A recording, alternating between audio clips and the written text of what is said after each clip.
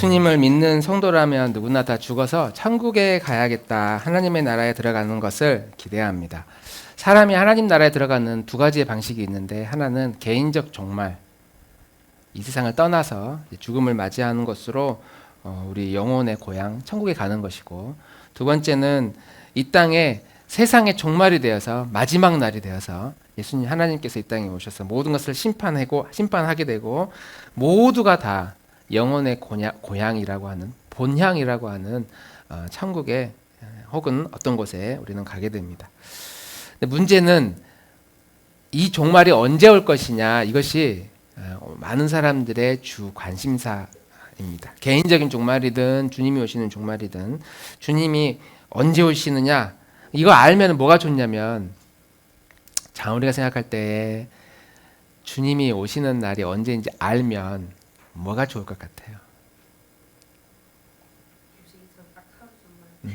딱 하루 전만, 딱 그날만 성실하게 살고, 바로 그 전날까지는 막 사는 건 아니지만 좀 덜 성실하게 살아도 되지 않을까 생각하죠. 예, 우리 장우리가 저렇게 대답을 해줘가지고 아주 설교가 아주 자연스럽게 원하는 답을 아주 정확하게 해줘가지고, 예수님이 오시는 날을 알면 뭐가 좋으느냐, 그 전까지는 좀 적당히 살 수 있어요. 그리고 마지막 날 가까이 오면 올수록 막판 스포트를 내면 이제 믿음으로 확 살면 돼. 다 청산하고 회개하고, 교회 일도 열심히 하고, 예배도 온 잡생각 안 하고 예배 집중하고, 전도도 하고, 막 성경도 그때부터 읽기 시작하고. 왜냐면 내일 모레 금방 오신 날을 이제 알게 된다면 그날에 내 시간을 갈아 넣을 수 있어요. 그렇게 하면 내가 최소한 천국은 가지 않겠느냐, 천국에 뭐 움직이는 되지 않겠느냐, 이런 생각을 우리는 하게 된다는 것이죠. 그래서 많은 사람들이 이 날이 언제인지를 알기 위해 무수히 노력했습니다. 지금도 2029년, 2030년 어느 날 예수님이 오신다, 뭐 이런 별 이야기를 하게 되는데, 우리가 종말이라고 하는 그 시간을 이렇게 이해할 필요가 있어요. 언젠가 예수님이 이 땅에 오시는 날, 아니면 내 생명이 끝나는 날, 정해진 날, 그날이 되면 이제 예수님이 오셔야, 하나님이 심판으로 모든 걸 끝나, 인류가 끝나. 공동체적인 종말로 한다면, 개인적인 종말로 한다면 우리 민수는 앞으로 목사님보다 살아갈 날이 훨씬 많겠지만, 그래도 점점 개인적인 종말이 오고 있을 거 아니에요? 언젠가 죽겠지, 우린 다. 100년 이후에 여기 있을 사람 아무도 없으니까. 우리 승찬이는 모르겠어요. 대부분 다 여기 100년 이후에 있을 사람은 없습니다. 그래서 그 날이 이렇게 점점 다가오고 있다고 그래요. 내가 종말의 날, 죽음의 날, 예수님이 오시는 그날이 언젠지는 모르지만 얼추 그날이 점점 정해져 있는데, 그날이 다가오고 있다. 이게 우리는 종말이다라고 생각을 해요. 어떤 날이 있고 그 날의 근처에 점점 가까이 가고 있는 것을 우리는 종말이 가까워진다라고 생각하는데, 성경은 종말을 그렇게 이야기를 하고 있지 않거든요. 특정한 날이 딱 있고 그 날에 점점 가까이 죽을 날이 멀지 않았어. 장우리보다 목사님이 좀 더 가까울 거고, 승찬이가 제일 멀 거라고 이제 일반적으로 생각한다면 그럴 건데, 종말은, 성경에서 종말은 그런 식으로 말하지 않는다 하는 것이죠. 종말은 그럼 뭐냐? 성경에서 말하는 종말은 예수님께서 이 땅에 다시 오시는 날을 종말이라고 말하지 않아요. 심판하러, 모든 것을 다 심판하러 이 땅에 오시는 날을 종말이라고 말하지 않고, 2000년 전에 예수님께서 이 땅에 오셨잖아요. 아기 예수로 태어나셔서. 근데 신기하게도 예수님은, 성경은 예수님께서 이 땅에 태어나신 그 날을 종말이라고 말해요. 그러니까 종말이 시작됐다라고 말해요. 다시, 마지막 내 생명이 끝나거나 예수님이 이 땅에 오시는 그 날이 종말이 아니고, 그러니까 지금 종말이 점점 가까워지는 게 아니고, 2000년 전에 예수님께서 아기 예수로 이 땅에 오셨는데 그날부터 종말이 시작됐다라고 이야기를 해요. 지금 우리는 종말의 시대를 살고 있는 거죠. 언제 이게 끝나냐? 이제 마지막 날이 있긴 있는데, 그날은 이제 기회가 다시는 있지 않는 날, 모든 기회가 사라지는 그날이 되면 이 이 종말의 시간이 이제 끝났고 영원한 시간으로 이제 바뀌어져서 살아가게 돼요. 영원히 하나님의 통치를 받으며 살 것이냐, 하나님의 통치 없이 살 것이냐.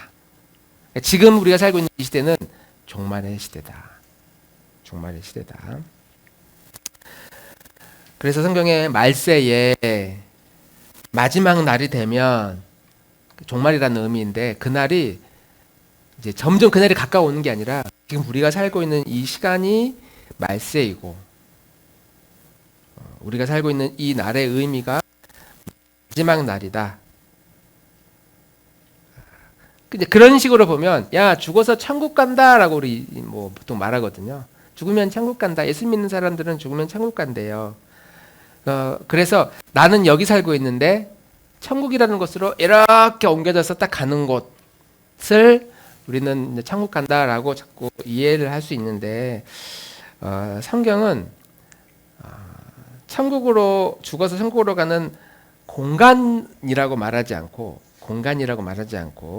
거긴 누가 있느냐, 거기에 따라 거기에 천국이냐 아니냐 이렇게 판단을 합니다. 거기에 하나님이 계시면 거기 천국이고, 하나님이 안 계시면 거기 천국이 아니에요. 한번 따라해 봅시다. 하나님의 나라는 공간의 영역이 아니라 통치의 영역입니다. 그 죽어가지고 눈을 딱 떴는데 뭔가 내가 좀 살아있는 거 있어. 죽었는데 눈을 딱 떴어. 근데 거기에 하나님이 계시다. 그럼 이제 안심해도 돼요. 그건 천국이니까. 눈 떴는데 여기 하나님이 안 계셔. 그러면 거기가 아닐 가능성이 매우 높죠. 우리가 마지막 날 눈을 떴을 때 우리 곁에 하나님이 계시기를, 주님의 품에 안겨 있기를, 우리 모든 공동체가 그런 인생 되기를 간절히 소망합니다. 자, 그러면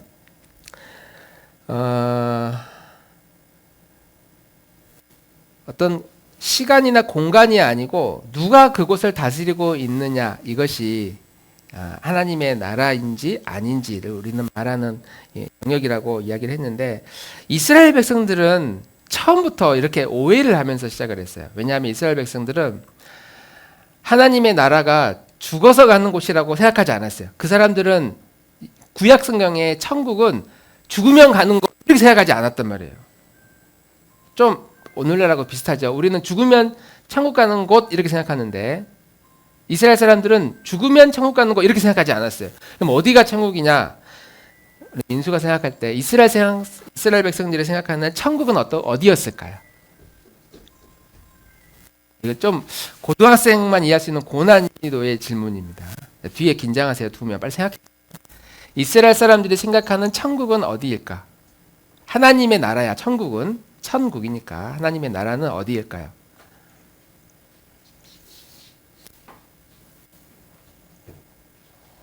좋아요. 생각하고 있어요. 우리 하늘이가 생각할 때 이스라엘, 구약 성경에 나오는 이스라엘이라고 하는 나라 사람들이, 이스라엘 백성들이 생각하는 하나님의 나라는 어디였을까요? 와, 지금 앞에 이야기 힌트가 다 나왔는데 지금. 좋아요. 지민이가 생각할 때 패스를 쓸 수 있어요. 패스. 좋아요. 우리 사모님이 한번 대답해 보시겠습니까? 이스라엘 백성들이 생각하는, 모르겠어요. 제가 너무 질문을 너무 어렵게 했나 봐요. 모를 수가 있는데요. 사모님이 좀 헷갈린다고 하니까. 이스라엘 백성들은 죽으면 야 천국 간다라고 생각하지 않아요. 왜냐하면 죽으면 선조들에게 돌아간다고 생각했어요. 그래서 아브라함이 죽을 때, 야곱이 죽을 때 다 선조들이 있는 곳으로 갔다 이렇게 표현되잖아요. 성경은. 그럼 그 사람들이 생각하는 하나님의 나라는, 천국은 어디냐? 자기 민족이 하나님의 나라라고 생각했어요. 이스라엘, 이 민족이 하나님의 통치를 받는 이곳이 바로 하나님의 나라다라고 생각을 했단 말이에요. 이스라엘 백성들의 천국관. 왜냐하면 우리는 그래서 하나님 백성이야. 선민, 특별히 선택받은 민족이야. 그래서 우리 민족은 번영해야 돼. 잘 될 거야. 복을 받을 거야. 절대로 안 망할 거야. 이런 신념으로 가득 차 있었던 민족이 이스라엘 민족이었다는 것이죠.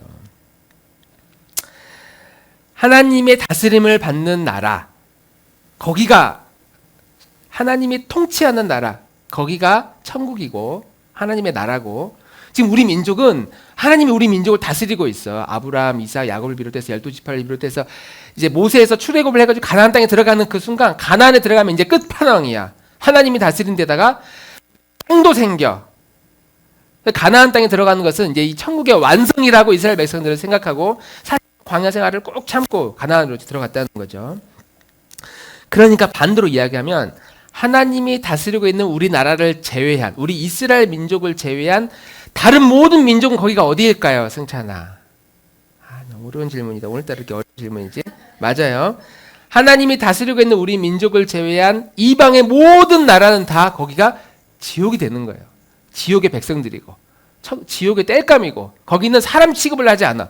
이스라엘 백성들, 유대인들의 입장에서는 하나님을 믿지 않는 아닌 사람들은 다 이방인이고, 그들은 지옥의 땔감이고 사람 취급을 하지 않고 그들과 혼인도 하지 않고 결혼도 하지 않았어요. 거기는 우리 백성이 아니니까. 그렇게 율법으로 됐어요. 점점. 네. 그래서 가나안 땅에 들어갈 때도 싹 진멸을 시켰어요. 하나님의 나라, 그들은 섞일 수가 없다. 그런데 문제는 우리는 하나님이 다스리고 있어라고 굳게 믿었던 이스라엘 백성들이 이제 멸망을 한 거예요. 그렇게 해서 나라도 세워보고 여러 시도를 해.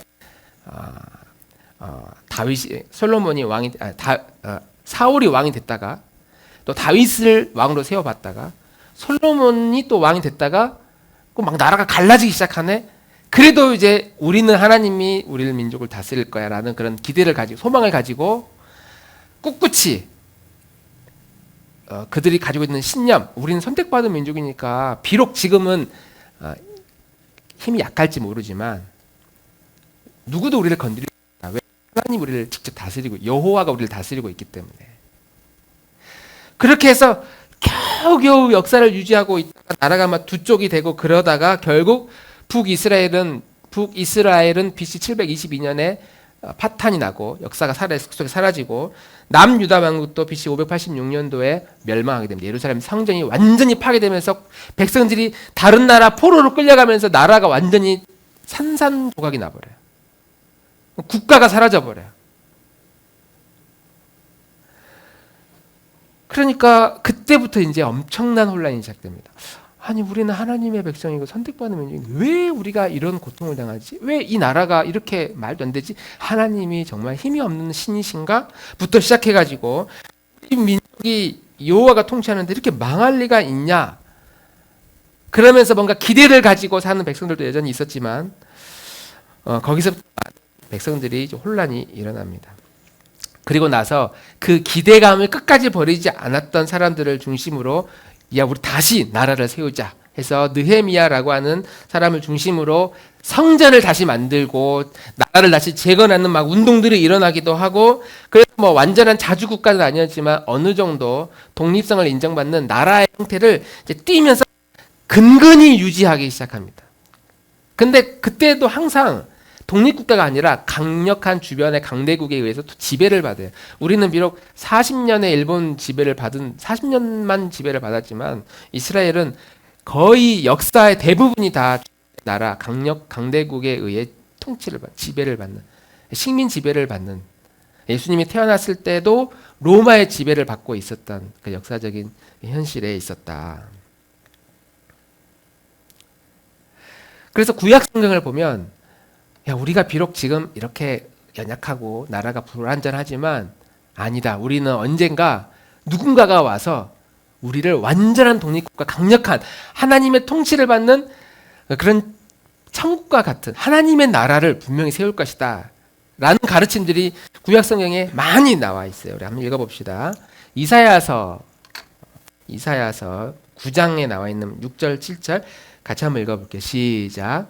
한 아기가 우리를 위해 태어났다. 우리가 한 아들을 모셨다.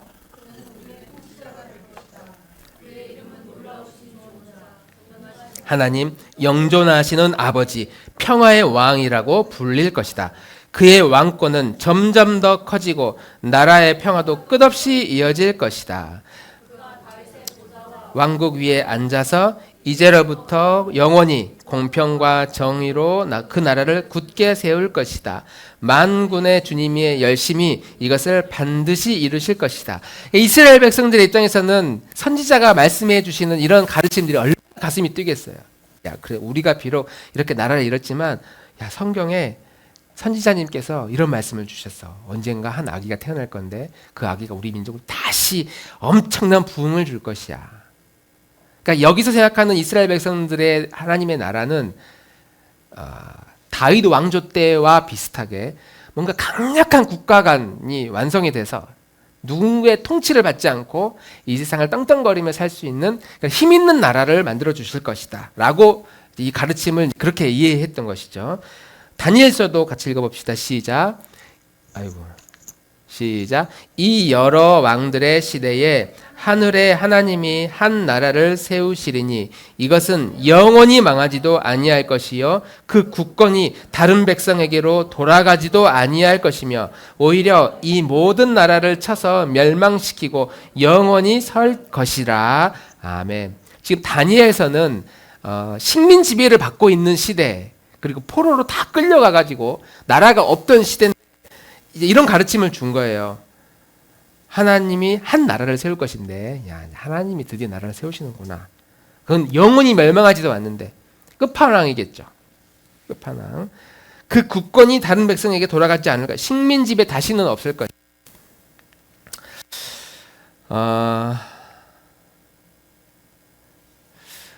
자, 이런 기대감을 가지고 이스라엘 백성들이 근근히 이제 살아옵니다. 그러면서 여전히 하나님 나라, 이런 다니엘과 이사야의 가르침들을 굳게 믿었던 사람들을 중심으로 여전히 백성들을 이제 교육하고 가르쳐요.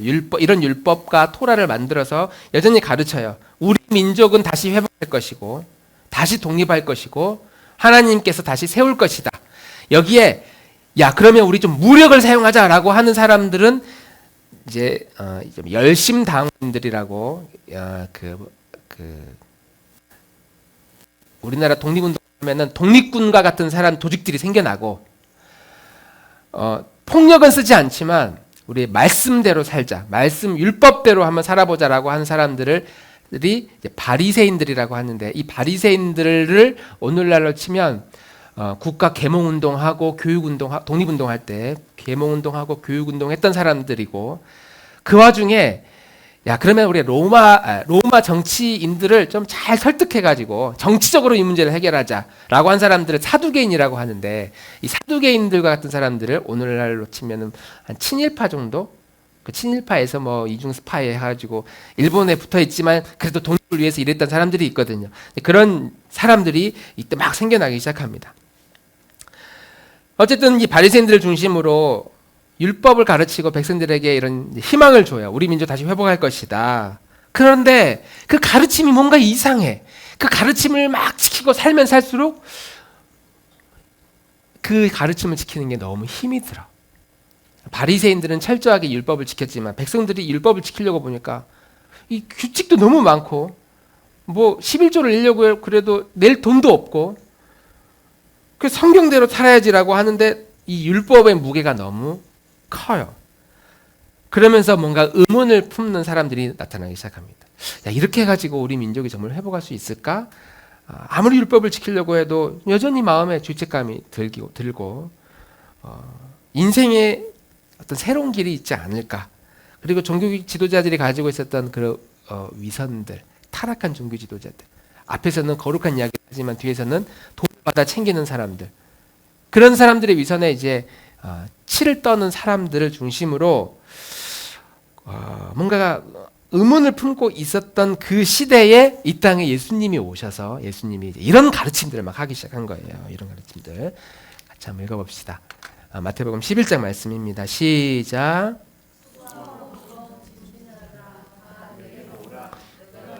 쉬게 하리라.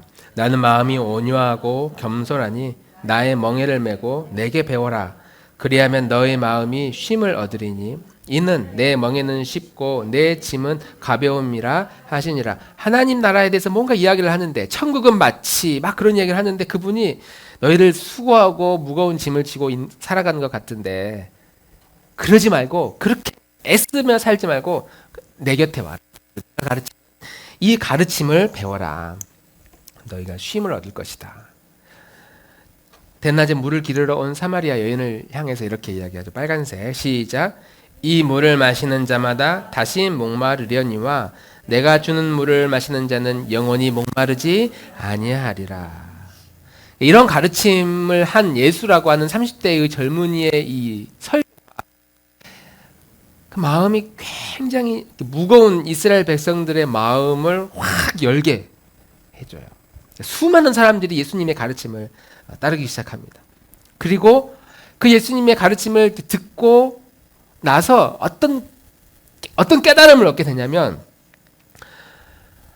그동안 우리는 다윗과 같은 어떤 강력한 군주가 나타나서 이 민족을 다시 회복시켜 줄 것이다. 그래서 강력한 나라로 세워줄 것이라고 생각했는데, 예수님을 보면 볼수록 그런 방식이 아닐까라는 의문을 갖게 돼요. 질문을 하게 됩니다. 예수님은 하나님의 나라가 강력한 힘을 가진 나라가 와서 왕권을 가지고, 자, 하나님의 나라가 이제 나라를 내가 세우겠다 이렇게 말도 안 해. 예수님의 가르침이 아주 애매하고 애매한 그 발언을 해요. 그게 마가복음 1장 14절 말씀인데 같이 한번 읽어봅시다. 14절 15절 말씀, 아주 중요한 말씀이에요. 오늘 설교의 아주 핵심적인 내용입니다. 시작. 요한이 잡힌 뒤에 예수께서 갈릴리에 오셔서 하나님의 복음을 선포하셨다. 때가 찼다. 하나님의 나라가 가까이 왔다. 회개하여 복음을 믿어라. 아멘. 때가 찼다. 하나님 나라가 가까이 왔다. 이제 회개하고 복음을 믿어야 된다. 저는 이 구절이 사실 처음에는 굉장히 못마땅했어요. 왜냐하면 왜 이렇게 두루뭉실하게 이야기를 했을까? 이렇게 이야기를 해야지. 자, 여러분, 드디어 때가 왔습니다. 그리고 하나님의 나라가 이제 이곳에 임했습니다. 이제 회개하고 복음을 믿으십시오. 저는 이 단어 중에 하나님 나라 가까이 왔다는 말이 제일 좀 소화가 잘 안 되는 표현이었거든요. 몇 번, 왜 하나님 나라가 이 땅에 임했다 이렇게 확실하게 좀 선포를 하지, 왜 가까이 왔다라고 이야기를 할까? 아직 안 왔다는 소린가? 하나님 나라의 소망이라는 제목을 붙였습니다. 근데 기독교인으로서 살아가면서 하나님의 나라가 우리에게 임하면 뭐가 좋을지 좀 질문을 한번 해보고 싶었어요. 하나님의 나라가 우리에게 오면 뭐가 좋을까요? 하나님의 나라가 장우리에게 오면 뭐가 좋을까? 생각해봐. 하나님의 나라가 지민이에게 딱 임했어. 뭐가 좋을까? 뭐가 달라질까? 하나님의 나라가 우리 집에 오면은 뭐가 좋을까? 하나님의 나라가 승찬이에게 오면 뭐가 좋을 것 같아요?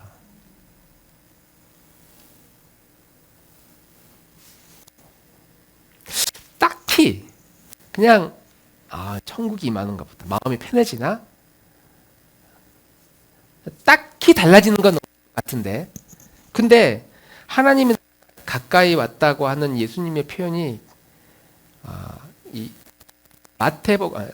신약 성경 통틀어서 가장 중요한 표현이거든요. 하나님 나라가 예수님이 이 땅에 이제 왔는데, 완전히 온 건 아닌데 가까이 왔다. 제가 이렇게 생각해 봤어요. 그러면 하나님의 나라가 와서 우리의 인생의 어떤 문제를 해결해 준다면, 우리가 지금 겪고 있는 어떤 인생의 문제를 해결해 준다면, 우리가 해결받아야 할 가장 중요한 문제는 무엇일까? 그리고 예수님께서 이 땅에 오셔서 하나님의 나라를 선포하셨을 때 그 하나님의 나라는 바로 그 문제를 해결해 주지 않을까? 이런 생각이 들었어요. 그래서 그러면 우리가 겪고 있는 인생의 문제 중에 가장 심각하고 가장 우선적으로 해결되어야 할 문제가 과연 무엇일까? 그 문제는 이 하나님 나라를 설교할 때 처음에 시작했던 하나님이 이 세상을 원래 어떻게 만들었는가로 가보면 우리는 거기에서 이제 답을 얻을 수 있습니다. 하나님이 세상을 왜 만들었을까요? 우리에게 또 질문이 갑니다. 하나님이 이 세상을 왜 만들었을까요? 얼마 전에 설교했던 내용이에요. 뭐 하려고?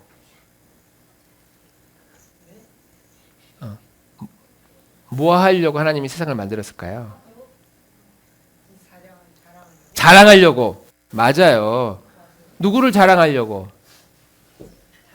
자기 자신.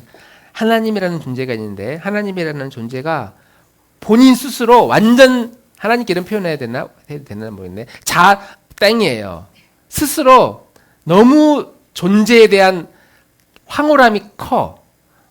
왜냐하면 하나님은 한 분이시지만 세 분으로 존재한다고 들었죠. 성부, 성자, 성령 하나님이 서로 완벽한 연합을 이루고 계시는 그 상태. 세 분인데 완벽히 하나가 되어 있는 이 상태가 너무 좋아. 그래서 야, 이걸 좀 우리도 뭘 만들어서 이게 얼마나 좋은지를 가르쳐 주자 해서 세상을 만들었고 그 세상과 소통하고 관계를 맺고 그래서 이 관계를 통해서 하나님의 존재하심, 하나님의 사랑, 하나님의 본질, 하나님의 성품 이것을 인간에게, 피조물에게 이렇게 보여주고 싶었던 거예요. 자랑하고 싶어. 야, 이게 얼마나 좋은지 너희들도 이거 가지고서 살아봐라. 그래서 세상을 만들었고 인간을 만들었고 인간이 그런 마음으로 이 세상을 다스려라 라고 우리에게 명령을 주신 거예요. 사명을. 그런데 인간 사이에 이 땅에 죄가 오면서 이 관계가 깨진 거잖아요. 하나님과 인간 사이의 관계가 깨지고 그러다 보니까 내가 자신을 건강하게 못 봐. 깨트려서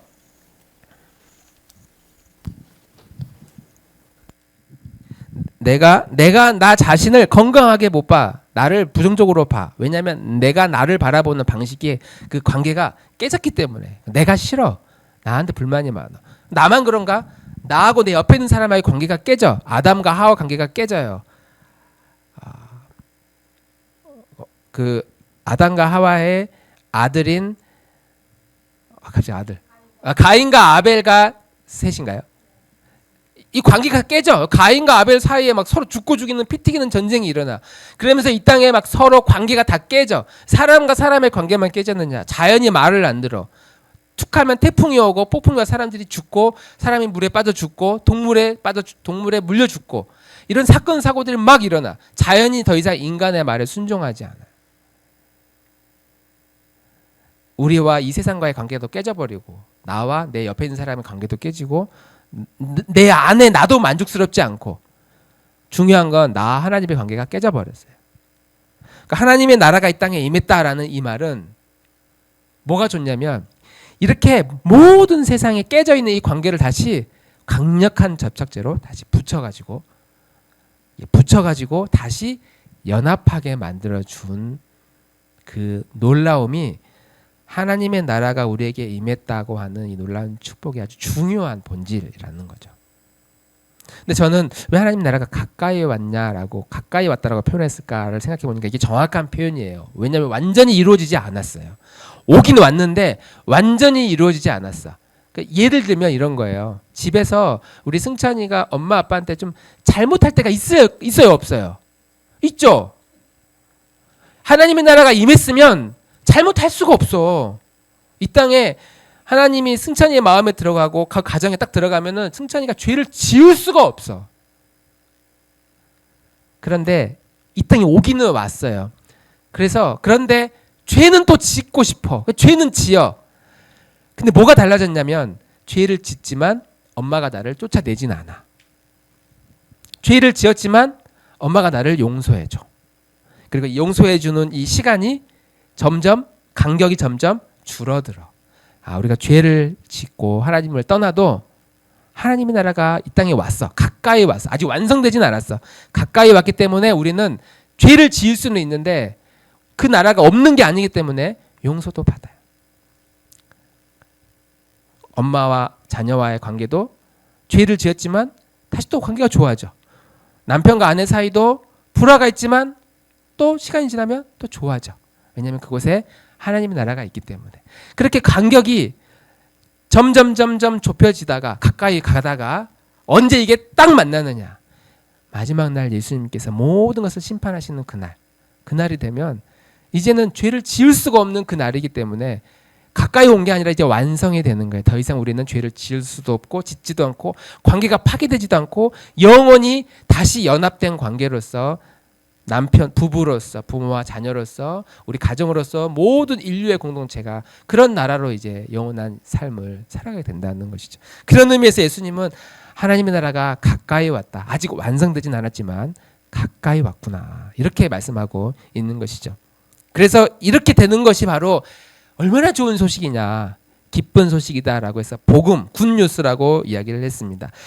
예수님께서 우리에게 야, 때가 찼다라고 하는 이 때는 우리가 많이 들어본 것처럼 카이로스라는 단어예요. 카이로스. 시간은 말하는 두 개의 단어가 있냐. 하나는 크로노스라는 연대, 몇 년, 몇 월, 며칠이라고 하는 시간의 흐름의 크로노스가 있고 카이로스라고 하는 단어는 뭐 의미 있는 시간, 뭐 이런 의미, 이런 관점인데 이렇게 표현하면 제일 정확할 것 같아요. 인생의 내 인생이든 너 인생이든 인생의 본질에 질문을 던지는 시간. 인생의 본질에 질문을 던지는 시간. 하늘이의 인생에 누군가가 설교 시간이든 수련회든 아니면 그냥 잠을 자다가 뭔가 강력한 인생의 질문을 던져. 너 그렇게 살면 되겠어? 너 그렇게 살면 안 돼. 라고 하여튼 뭔가가 확 질문을 던질 때 그때 그 시간을 카이로스라고 그래요. 아, 내가 이렇게 살면 안 되겠구나. 뭔가 결심해야 되겠구나. 카이로스라는 인생의 본질을 던질 수 있는 그런 시간. 전환점이 될 만한 중요한 시간. 좋은 추억 이런 건 카이로스가 아니에요. 인생의 전환점이 될 만한 좋은 시간들을 잊을 수 없는 그런 시간을 카이로스라고 말하고 예수님이 바로 그 시간이 이제 시작되었다라고 말씀하고 있는 겁니다. 제가 목사님이 30대 초반 때 처음 신학교를 다니면서 전도사로 부임했던 첫 번째 교회에서 처음 만났던 중학교 1학년 학생이 있었는데 그 학생을 중 3학년 때까지 이제 가르쳤습니다. 그리고 그 청년이 이제 30대 초반에 교회 이제 언니가 됐어요. 교회 큰 언니가 됐어요. 그 친구가 이제 계속 연락을 주고 하다가 엊그제 5월 스승의 날이라고 한번 오고 싶다고 우리 교회 오고 싶다고 그래가지고 어제 와서 같이 이제 차를 마시고 이야기를 나눴습니다. 17년 정도가 지났어요. 우리 장우리만 할 때 이제 만났어요. 그 여학생을 중1이니까. 그리고 이제 중1을 데리고 중2, 중3에서 학생부 뭐 수련회도 그러니까 몇 번 다녔겠죠. 다니고 교회에서 항상 예배도 드리고. 근데 그 친구가 만나서 하는 이야기가 자기는 자기 신앙에 있어서 가장 기억에 남는 시기가 중학교 때 시절, 중등부 시절이 가장 기억에 남는다. 그 사이에 많은 목사님들도 지나갔고 또 뭐 수련회도 많이 갔지만 그때 예배드렸던 시간이 가장 기억에 남다고 그래요. 저로서는 뭐 그랬나 그 정도였나 이런 생각이 좀 들긴 했는데 이제 그랬어요. 그리고 학교는 가기 싫었는데 교회는 진짜 가고 싶었다고.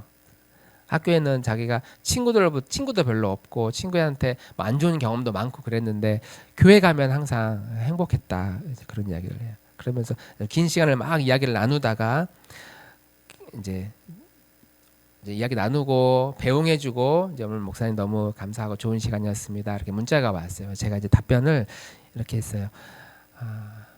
과거가 현재를 살리는 것처럼 이게 들어본 적 있으시죠? 과거가 현재를 살린다. 과거가 현재를 살리는 것처럼 우리의 오래전의 그 시간이 오늘과 내일 그리고 우리가 앞으로 살아가야 할 날에 힘을 주는 시간이었다. 그러니까 긴 옛날 이야기를 하면서 서로 막 그때요, 막 이랬어요, 저랬어요 하는 그 시간이 오늘과 내일 살아갈 힘을 주는 시간이었다.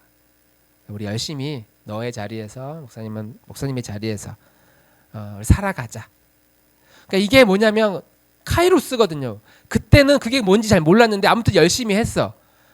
그 열심의 시간들이 기억해 보니까 오늘 내가 이 자리에 믿음이 흔들리지 않도록 신앙의 길에서 벗어나려고 할 때마다 아, 나 원래 이런 사람이야 라고 깨닫게 해주는 오늘을 나를 살리는 사람이 되었고 그 힘은 그 과거의 카이로스는 앞으로 내가 어떻게 살아가야 될지를 보여주는 그런 길이 되었다. 그러니까 예수님이 지금 이스라엘 백성들에게 바로 그 시간이 시작됐다. 지금 때가 찼는데 이 시간부터 해서 하나님의 나라가 이제 가까이 왔고 임했고 그 하나님의 나라의 삶을 살면 복음 이것이 얼마나 우리의 삶을 풍요롭게 하고 기쁘게 하는지 그 복음 우리를 관계를 다 회복시켜 준다고 했으니까 그런 시간이 되었다라고 말씀하고 있는 것이죠. 그래서 하나님의 나라가 가까이 왔다라고 하는 이 가르침을 좀 더 정확하게 이해하려면 나라 대신에 통치라고 붙이면 돼요. 하나님의 통치가 가까이 왔다. 우리 같이 한번 따라해 봅시다. 하나님의 통치가 시작되었다. 네, 하나님의 통치가 시작되었다. 그러니 회개하고 이 복음을 믿어라. 이렇게 말씀하고 있는 것입니다. 예수님께서 전한 복음은 이렇게 완벽하고 관계를 완벽하게 회복시켜주고 깨진 관계를 조금씩 하나로 만들어줍니다. 그리고 우리는 아주 오랫동안 이 하나님의 나라 복음을 믿어왔어요. 교회에 다닌 지 꽤 오랫동안 시간을 보내왔습니다. 그런데 이상한 건 지금 우리가 살고 있는 우리의 시대도 마찬가지고 우리의 인생의 여정도 마찬가지고 환경이 왠지 그대로인 것 같은 느낌을 지울 수가 없다는 거예요. 여전히 삶 사는 거는 여전히 어려워. 인간관계는 여전히 불편해. 경제적으로 어려워요. 인간관계 엄청 복잡하죠. 미래는 불투명합니다. 막 갖춘다고 했는데 돌아보면 잘 갖춰지지 않은 것 같아요. 여전히. 아니 복음이 예수님의 복음을 믿으면 관계가 다 좋아진다면서 왜 나는 왜 그대로인 것처럼 느껴지지? 그럼에도 불구하고 예수님의 가르침을 받았던 초대교회 성도들은 이 세상에 살아가고 있지만 마치 이 세상에 속하지 않은 것처럼 전혀 다른 방식으로 살아가게 됩니다. 그런 방식으로 살아가다 보니 예를 들면 안디옥 교회 같은 곳이 생겨나게 되죠. 안디옥 교회의 지도자의 구성원들이 흑인도 있었고 귀족도 있었고 아주 그 신분이 낮은 사람도 있었고 종도 있었고 서로 계급이 달라. 그런데도 서로 한 공동체를 이끌어가는 아주 신기한 공동체 같아요. 인종도 다르고 피부색도 다르고 지식도 다르고 가지고 있는 재산도 다른데도 하나가 되는 신기한 공동체가 초대교회에 여기저기 막 생겨나기 시작해. 그래서 예수님을 믿게 되면서 이런 일들이 막 일어나기 시작하는 거예요. 가난한 자와 부유한 자가 하나가 되고 흑인과 백인이 함께 예배드리고 유대인과 이방인들이 노인과 아이가 서로 성격도 다르고 관점도 다르고 심지어 정치적 견해가 다름에도 불구하고 한 공동체를 이루며 살아가게 되었다. 라고 하는 이런 가르침이 초대교회 이런 가르침이 구약시대에 이스라엘 유대인들이 가지고 있었던 가르침과 얼마나 완전히 다른 가르침인가. 야 우리 민족만 우리 민족이 아닌 사람들은 못 들어와. 그 사람들은 지옥에 갈 사람들이야. 우리와 함께 가지 못하는 사람들이고 우리만 특별한 사람들이야.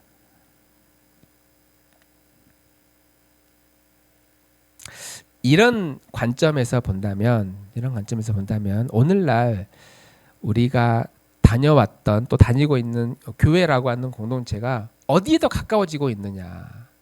야 세상 사람들은 어차피 천국에 못 가.